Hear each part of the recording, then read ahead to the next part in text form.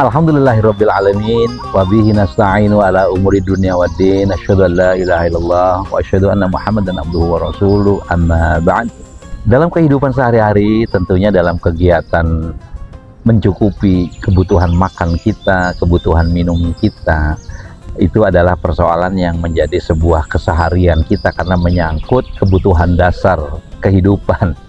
Kemudian sampailah kita pada keadaan tentang apa yang kita makan itu harus halal dan thayyib.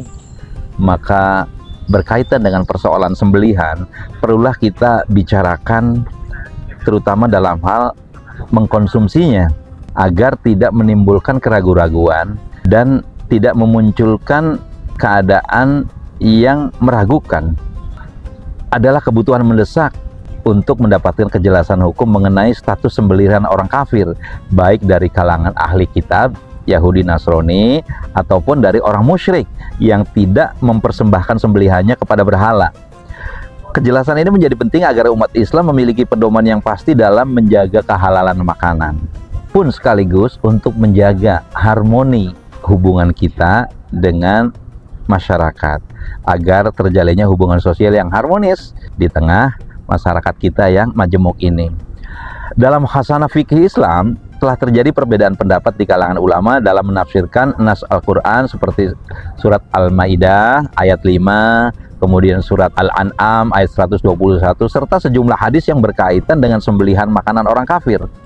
Perbedaan ini tidak semata-mata perbedaan tekstual semata, tapi juga terkait dengan perbedaan metode istinbatnya, penerapan kaidah fiqhiyahnya, serta pertimbangan konteks sosial dan historis yang melatar belakanginya. Demikianlah konfigurasi masalah yang membackup sebuah hukum itu bisa turun, tentu melalui pertimbangan hal-hal yang tadi disebutkan. Misalnya tentang memahami mafhum wasfi dalam Al-Maidah ayat 5 atau dalam mafhum sababi sebagaimana dalam surat Al-Baqarah ayat 173.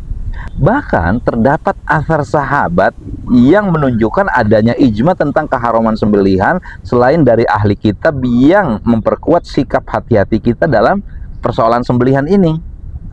Dengan adanya perbedaan pendapat tersebut dan realitas sosial yang terus berkembang, apalagi tayangan di TV itu juga kita dapatkan keterangan-keterangan yang menyeramkan tentang pemalsuan makanan. Di daging A dibilangnya daging B dibilangnya daging C, dan macam-macam tipu daya yang dilakukan oleh masyarakat, entah itu sebagai suatu realitas ataupun anehnya lagi sebagai suatu fabrication of fear, sebuah industri kecemasan yang memang sengaja diberikan kepada kita.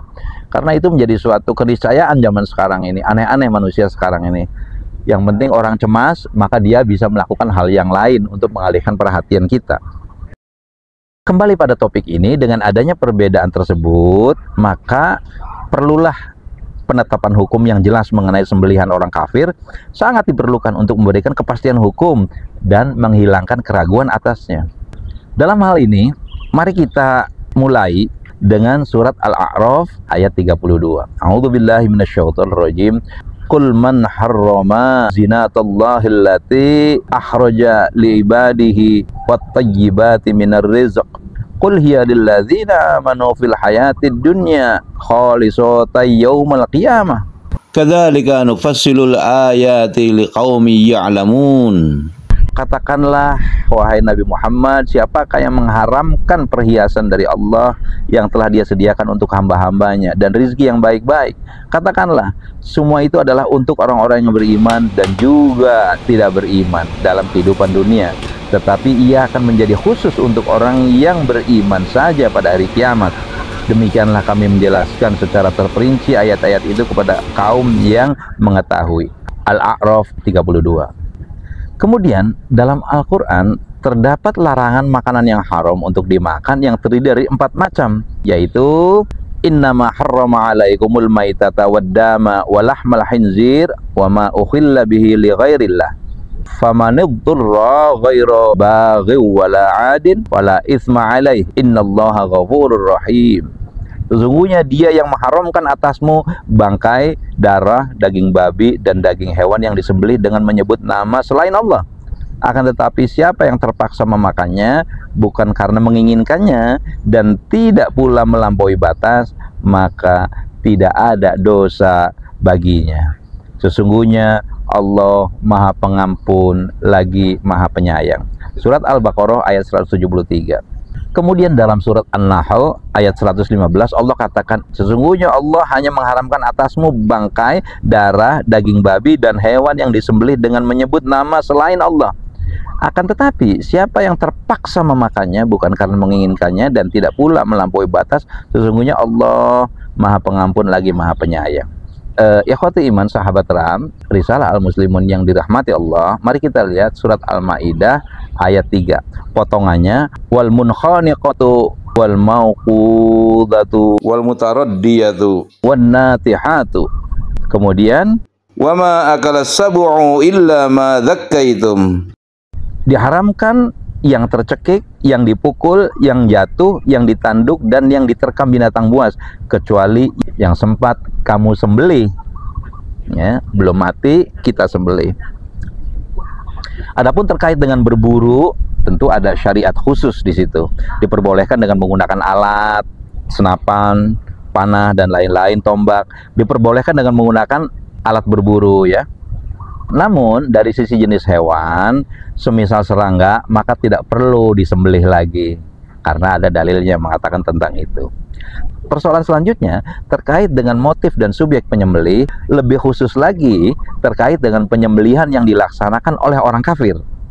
Ada yang berpendapat bahwa sembelihan itu jika motifnya tidak ditujukan untuk berhala, maka diperbolehkan untuk dimakan dengan alasan pertama, mafhum dari potongan ayat berikut, innama harrama alaikumul maitata waddama walahmal khinzir wa ma ukhilla bihi li ghairillah. Sesungguhnya dia hanya mengharamkan atasmu bangkai, darah, daging babi, dan daging hewan yang disembelih dengan menyebut nama selain Allah. Secara mafhum mukhalafah, maka jika ada sembelihan yang ditujukan hanya untuk dimakan saja, bukan sebagai sesajen atau sejenisnya, secara asal hukumnya halal, tanpa memandang apakah sembelihan muslim atau sembelihannya orang kafir. Kedua, susunan kalimat sebelumnya berbentuk hasr yang bersifat membatasi, sehingga di luar apa yang disebutkan maka secara asal statusnya halal.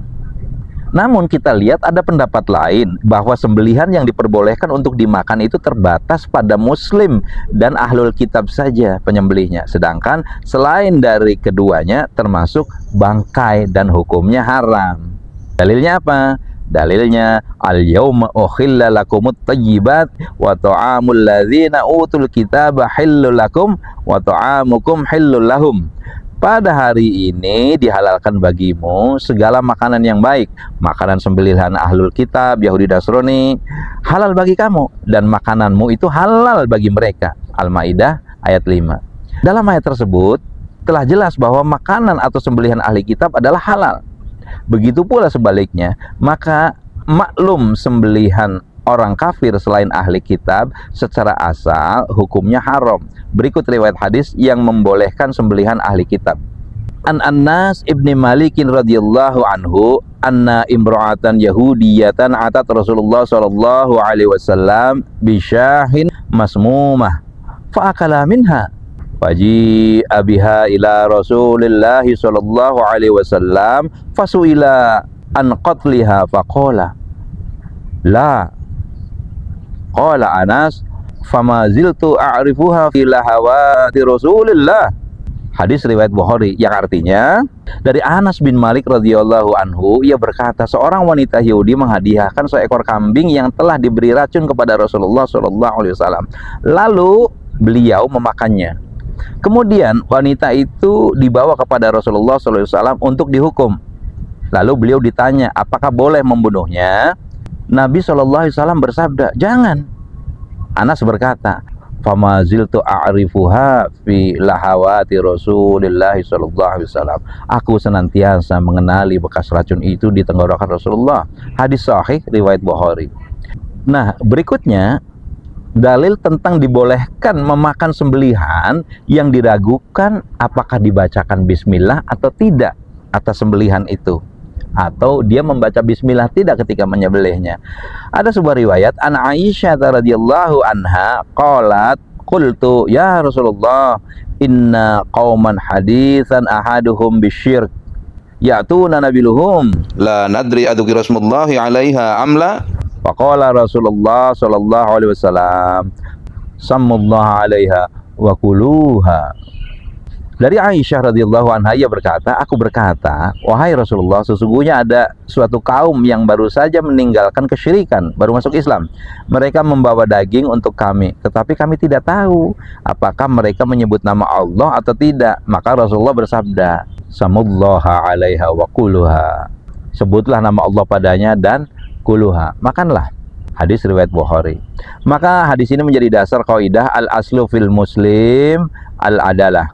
Asal hukum seorang muslim itu adalah adil, terpercaya, sehingga kita tidak dibebani untuk meneliti hal-hal yang tidak jelas kecuali ada bukti yang nyata.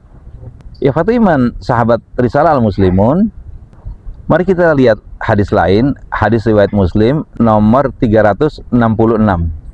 An Yazid ibnu Abi Habibin anna Abal Khairi haddatsahu qala ra'aitu ala ibnu Wa'ilah as-Sabai jubbata fara'in famasastuha faqala ma tamassuha qad sa'altu ibnu Abbasin faqultu inna nakunu bil maghrib fayakunu ma'ana al-barbaru wal majusu fayatuna bil asqiyati fiha as-samnu wa qad dzabahu dzabaihum wala na'kulu min dzabaihim wala nasrobu fi asqiyatihim. Faqala Ibnu Abbas qad sa'alna Rasulullah sallallahu alaihi wasallam an dzalika faqala dibaghuha dhuhuruha. Kurang lebih artinya dari Yazid ibnu Abi Habib bahwa Abu Al-Khair telah menceritakan kepadanya, ia berkata, aku melihat pada Ibnu Wa'lah as-Sabai sebuah jubah dari kulit, lalu aku memegangnya. Maka ia berkata, mengapa engkau memegangnya?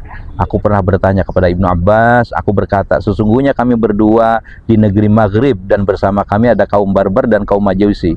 Mereka membawa geriba atau wadah air yang dari kulit itu yang berisi lemak, padahal mereka telah menyembelih hewan sembelihan mereka, dan kami tidak memakan sembelihan mereka serta tidak minum dari wadah kulit mereka.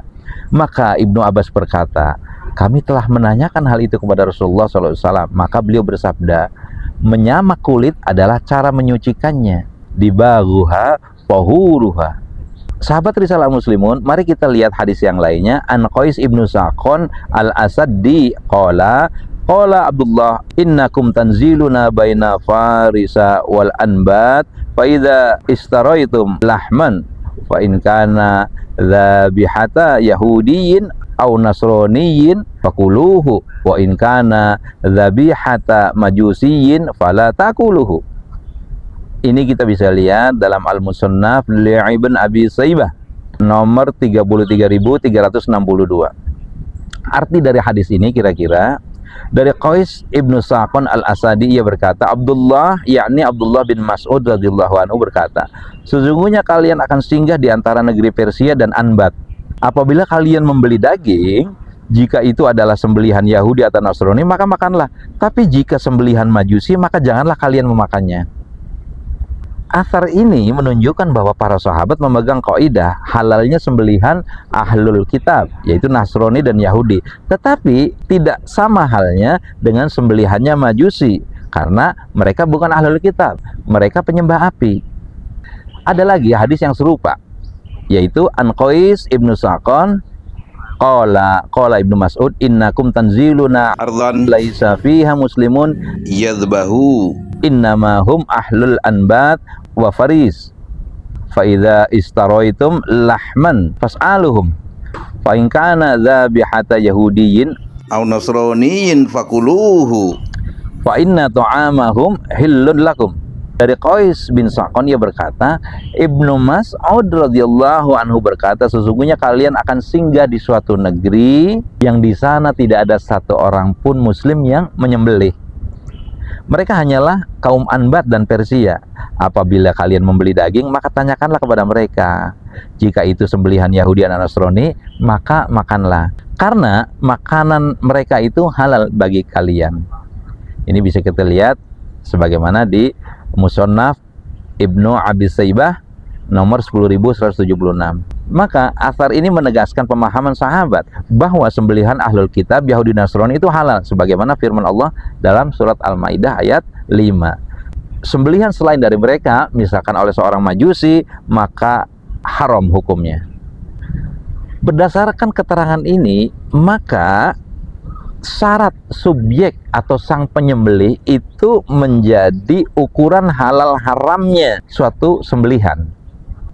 Mengucapkan bismillah sifatnya itu sunnah atau anjuran. Jika seorang muslim menyembelih tanpa mengucapkan bismillah, maka sembelihannya tetap halal. Dengan demikian, ada pertentangan dalalah atau makna ayat antara ayat yang pertama dan yang kedua. Namun dalam kaidah usul fikih, jika ada dua dalil yang bertentangan, maka metode yang didahulukan adalah menjamak keduanya sehingga tetap bisa dapat diharmonikan, bisa dijamakkan. Jadi negosiasi bukan negasi. Sesuai dengan kaidah la yusoru ila tarjih ma'a imkanil jam'i, yaitu tidak menggunakan tarjih jika masih memungkinkan untuk dijamak. Adapun cara penyelesaian metode jamaknya adalah, pertama, ayat tentang sembelihan selain karena Allah merupakan keharaman dari sisi motif dengan menggunakan mafhum sababi atau keharaman berdasarkan metode mafhum yang menekankan aspek motif hukum, yaitu sembelihan untuk selain Allah, yaitu untuk sesajen, belum membahas dari aspek subjek sang penyembelihnya. Adapun ayat keharaman sembelihan selain muslim dan ahli kitab merupakan keharaman dari subjek sang penyembelih, sehingga syarat sembelihan menjadi halal dimakan. Subjek penyembelih adalah muslim atau ahli kitab, namun belum membahas dari sisi motif hukum. Dengan demikian, kedua ayat tersebut saling melengkapi ditambah dengan kesimpulan penjelasan hadis-hadis tadi. Maka setelah kita adakan upaya hukum dalam istinbat ini, didapatkan kesimpulan, satu, binatang halal yang disembelih oleh non-muslim selain ahli kitab hukumnya haram. Atau dalam bahasa lain, binatang halal yang disembelih oleh orang kafir selain ahli kitab hukumnya haram. Yang kedua, binatang halal yang disembelih oleh muslim dan non-muslim, baik ahli kitab ataupun bukan ahli kitab, yang dipersembahkan untuk berhala, untuk sesajen, untuk kemusyrikan, hukumnya haram. Itu saja yang bisa disampaikan. Mudah-mudahan ini bisa menjadikan legal standing atau tempat berdirinya hukum kita dalam urusan bab makanan atau terkhusus urusan sembelihan. Aqulu qauli hadza wa astaghfirullah li wa lakum. Assalamualaikum warahmatullahi wabarakatuh.